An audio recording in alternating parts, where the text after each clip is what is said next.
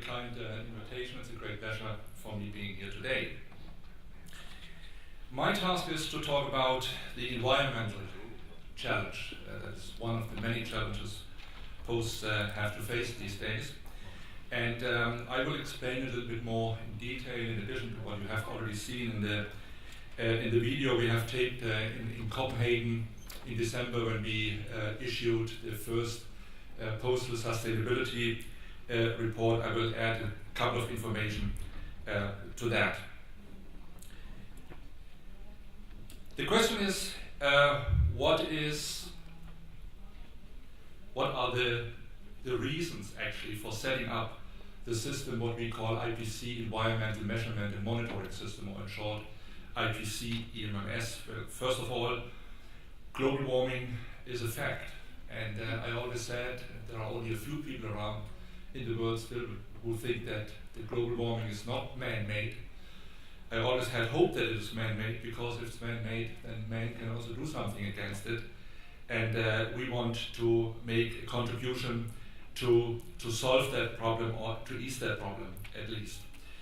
The need to act, of course, is also driven by the fear that governments might issue regulation in that area. That fear has, of course, substantially decreased after the failure of the Copenhagen conference. Unfortunately, maybe it's a little bit different in Europe with the European Union and the Commission, but this is, of course, one of the driving forces as well. The size of the industry is a very important issue as well. It's a very big industry. The posts are managing a lot of facilities and vehicles. They employ more than 2 million people directly, and probably 3 to 4 times indirectly.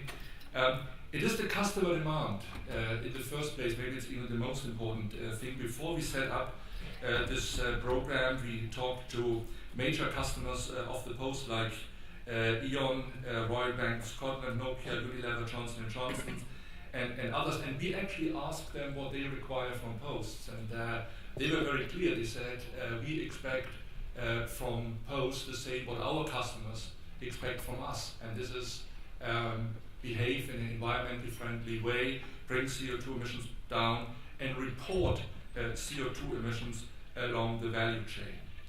Employees, of course, are also a driver. Employees like to work in a clean and environmentally friendly company. This will increase the more the younger generation will continue to enter the working market. And then it's also about substitution, because particularly as far as the email is concerned, posts have to deal with 2 fundamental misperceptions of email. One is that email is free of charge, which is actually not true. You pay $30, $40, $50 or euro in order to get access to the internet, but you don't relate it to the email, but rather to the internet access as such. And the other misperception is that email is environmentally friendly and has no carbon footprint. And this is also not true at all, but that is one of the challenges the post industry has to deal with this misperception. And of course, there are also cost-saving potentials as well. Now, the reasons for success of this system, actually, of course, in the first place, is the awareness that one recognizes there is a problem and one can do something against that. There should be no reinvention of the wheel. That was from the beginning our guideline. There are protocols there, and we just wanted to adapt them to the specific necessities of the postal industry. We always had the feeling that we can, with such a system, only play a complementary role. CO2 emissions have to be brought down by the post, and as you saw in the film, there are a lot of activities out there already. Question is, what can we do in addition to these activities? It has to be stakeholder-driven, CEO-driven, clearly a global commitment, a common target, common set of criteria were very important, and also that it is an independent system, not a system which is something internal, but rather audited externally. Peer pressure always is a good key for success. If CEOs sit together, nobody wants to be always the last one as far as his results are concerned, in this case the CO2 emissions. And of course, you also need a strong partner, and we have chosen Maplecroft, which is a UK-based research company, and they have a very high reputation in the environmental area, and we could really benefit from that. What's the IPC added value? Actually, as you all know, we are an outsourcing company based in Brussels, founded in 1989, and one of the key capabilities IPC has is actually international service and project management, and we based exactly this activity also on this core capability. Developing a common set of criteria, the external audit, which is either done by Maplecroft or PricewaterhouseCoopers, and the complementary role basically is focusing on adding transparency and credibility, as I said in the film, internally and externally. Internally, because you really can compare with other posts where you stand. Maybe the most important thing is the two-pillar approach we have chosen, and this was something which came up in the process of setting that system up.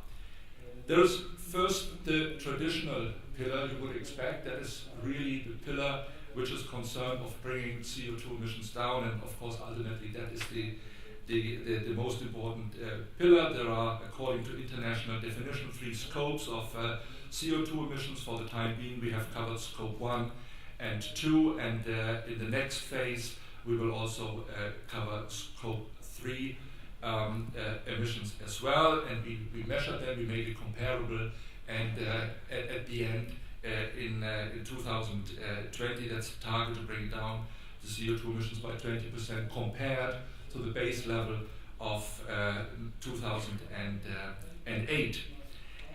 In the course of the discussion, we discovered that there is a link between the management proficiency of the company and the CO2 level and the success of bringing CO2 emissions down.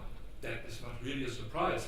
But if this is the case, then we thought it might be interesting, and our customers thought the same thing, it might be interesting also to compare management proficiency and to break management proficiency down in 10 categories and see where the different posts stand and compare this with each other, establish benchmarking and best practice activities on the basis of these results. And these 10 criteria are listed here. The question is if there are principles and standards in place in the company to bring CO2 emissions down. Is there a strategy? Are there clearly established policies and procedures? What about employee engagement? What about additional activities like, for example, the generation of renewable energy? Are there any activities in order to divert the transport from road to rail? Are the CO2 emissions offset, and so on? Is there a measurement system in place? Are results verified? Are the targets in place? Is performance evaluated? Are the figures disclosed and reported? And are the CO2 emissions covered along the whole value chain? So this is in total the pillar of management proficiency, and we compare this amongst the participants. One of the key drivers in order to bring that process forward is this tool. A very simple tool and only one, but it very clearly and it shows in this very simple way how posts have changed in this particular area. It's about management proficiency, and we compare the results today compared to 12 months ago. And yellow is there is no change, green is there is an improvement, I think higher than 2%, and red is then that the results deteriorated by at least 2%. A very powerful tool to show to the CEOs who meet twice a year in order to show them where their posts stand. We have a lot of experience by bringing these kind of things forward. We started our activities 15, 18 years ago in the quality measurement area, in the international arena, a tiny bit of the total. letter mail volume, but it was very helpful to show the results again and again and again to the board and to the CEOs, so they could take it home and talk to the people what happened, or to congratulate them depending on the results. So, in a nutshell, what we have done actually is to introduce a complementary measure to help our members to cope with one of the major challenges. I would like to broaden the view a little bit. Somehow it's a little bit a summary of the discussion we had this morning and the presentations we saw this morning. These are the challenges how our 24 members from Europe, North America, and the Asia-Pacific regions see the challenges of the future. Of course, it's in the first place coping with the aftermath of the financial crisis. There are a lot of unknown developments in the future. The negative impact on public finances, reduced purchasing power, higher taxes and inflation, and also threats to free trade. The WTO has mentioned a couple of days ago that in the course of 2009, more than 200 measures were introduced in order to restrict free trade. So this is a real a challenge to the post. Adjusting to diminishing mail volumes, of course, is a major issue. And I have brought with me very recent figures which we publish in our internal IPC Global Monitor. Figures concerning the first quarter of 2010, and total addressed mail volumes in the first quarter 2010 declined for all our members by 3.6%. That is less than the average in 2009, that was minus 6.5%. It's also less than the decline in the fourth quarter of 2009, but it's still more than the average over the last 4 years, and that is minus 3.3%. So the posts are not out of the crisis by the time being. There are also some areas where growth has been regained after decline, and this is the unaddressed mail and the postal parcels going up in the first quarter 2010 by almost 3% and 1% respectively. But the important thing is that the priority mail, I mean, in the first place, is responsible for the decline in the volumes, for the decline in revenues, and above all, for the decline of profits. And the interesting thing is, and especially as far as the postal parcels are concerned, and we dedicated a whole conference to that issue in May in San Francisco, that by no means, even if you double the business for the postal parcels, and if you make progress also in other areas of your core activities, that this will by no means offset the decline of volumes, revenues, and above all profits in the overall mail business. That leads to the necessity that you have to create new revenue streams, another challenge, of course, and Lars Nordström mentioned that very clearly. Of course, you have in the first place a lot of possibilities within your area. You can further reduce costs. I'm also very much convinced that in the next 5 to 8 years, a huge consolidation process will take place, although I think that synergies are much smaller than one would think at the first place, but nevertheless, that will take place. And then the question is, what else can you do? You can, of course, increase your penetration of your existing market, which is rather limited as things stand, and then you can sell new products to old markets, or old products to new markets, or you diversify. These are basically the options, and a lot of things are going on, and strategies in many places I think will be rewritten, because the mail volumes which have gone, they will remain away. Cutting costs while maintaining quality, I mean, a continuous challenge within the existing business. It's still a a major challenge to the Post, and some even say it's a growing challenge, and I fully agree, to convince regulators of outdated universal service legislation that is economically just nonsense.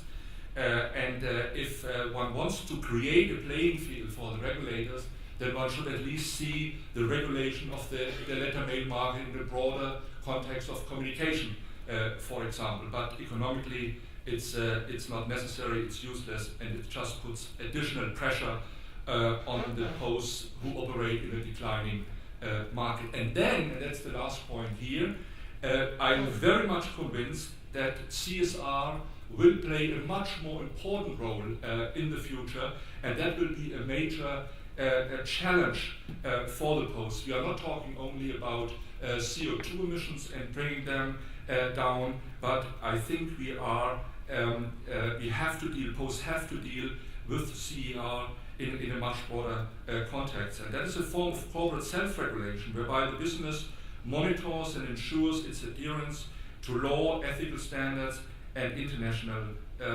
norms. And the key thing here is not to do something, but to do it in an intelligent way, so that you can integrate these measures into your business model and into your value chain. And that is the challenge. And I totally disagree with one CEO who said some time ago to me that this issue will go away the longer the crisis will take, and the crisis will take a long time. I agree. The crisis will take a long time and continue a long time, but this issue will not go away by no means. So this is really a major challenge. Brings me to my final remarks, which are about the next step. The first next step is that we do invite all Posts actually who are not already participating in that system to join the system. It's an easy, a simple system, a cheap system. Pilot phase is over. As I said, we already announced the first results in December, so it's really a solid basis. Another next step will be that we extend the scope, so we will really cover the whole value chain of the activities. We also have to look into the development of per item targets. For the time being, we deal with the overall target, which is very important for the government and for the general public and for the politicians. But for the customer, of course, it's important to look into the per item carbon footprint. And this is something what we have to look into. This is by no means an easy target at all, and Posts are a little bit reluctant to go in that direction, but I think we have no choice than to go in that direction.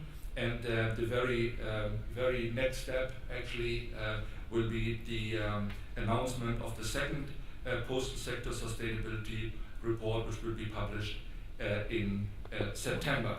So I hope I gave you a little insight into one of IPC's most recent products and service, and I hope I also made clear that this is not only a major challenge, but this is a challenge the Posts and together with IPC are dealing with. I very much thank you for your very kind attention.